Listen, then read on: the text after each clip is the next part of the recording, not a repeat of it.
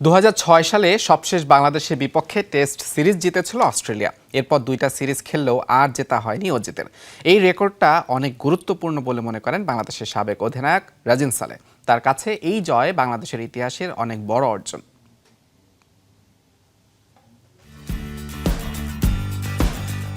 ২০০৬ সালে বাংলাদেশকে test series হারিয়েছিল অস্ট্রেলিয়া। এরপর ২০১৭ সালে ১-১ ব্যবধানে ড্র হয়। এবারের সিরিজও অস্ট্রেলিয়ার জেতার সুযোগ নাই। এরই মধ্যে এক ম্যাচ জিতে অস্ট্রেলিয়ার সিরিজ জয়ের সুযোগ নষ্ট করে দিয়েছে শান্ত বাহিনী। ফলে টেকনিক্যালি গত ২০ বছর ধরে বাংলাদেশের বিপক্ষে কোনো টেস্ট সিরিজ জেতেনি অস্ট্রেলিয়া। নির্দ্বিধায় এই সময়টা আরও বাড়বে। মাঝের ২ দশকে মাত্র ২টা সিরিজ খেললেও মহাপরাক্রমশালী মাইটি অজিদের ২ দশক ধরে আটকে রাখা কম কথা তো নয়। ডেফিনেটলি এটা আমাদের জন্য অনেক বড় অর্জন। এটা অস্ট্রেলিয়া আপনি যদি মনে করেন এটা ওয়ার্ল্ড ক্রিকেটের সবচেয়ে বড় একটা টেস্ট টিম না, সব কিছুতেই বেস্ট টিম। তো ওইখানে যারা আমাদের সাথে মানে অনেক বছর ধরে জিততে পারতেছেন, এটা আমাদের জন্য অনেক কনফিডেন্ট বয়ে আনবে। আমরা মনে করি যে হয়তোবা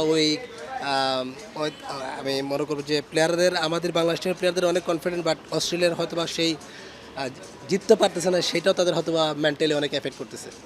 প্রথম টেস্টে ২ স্পিনার ৩ পেসার নিয়ে খেলেছে বাংলাদেশ। ম্যাকাইয়ে দ্বিতীয় টেস্টের পরিকল্পনা কেমন হবে? একজন পেসার কি বাড়ানো হবে? ইনজুরি থেকে ফিরে আসা শরীফুল কি সুযোগ পাবেন?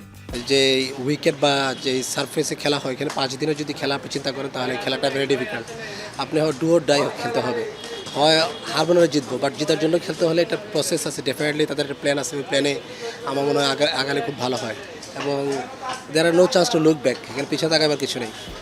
টেস্ট ক্রিকেটে বাংলাদেশের উন্নতিতে ঘরোয়া ক্রিকেটে ডিউক বলের ব্যবহারকে কৃতিত্ব দিলেন সিলেট বিভাগীয় দলের এই হেড কোচ। তার মতে ব্যাটারদের উন্নতিতে এই বলের ব্যবহার বহুল ভূমিকা রেখেছে। আফনান পিয়াল, যমুনা স্পোর্টস, ঢাকা।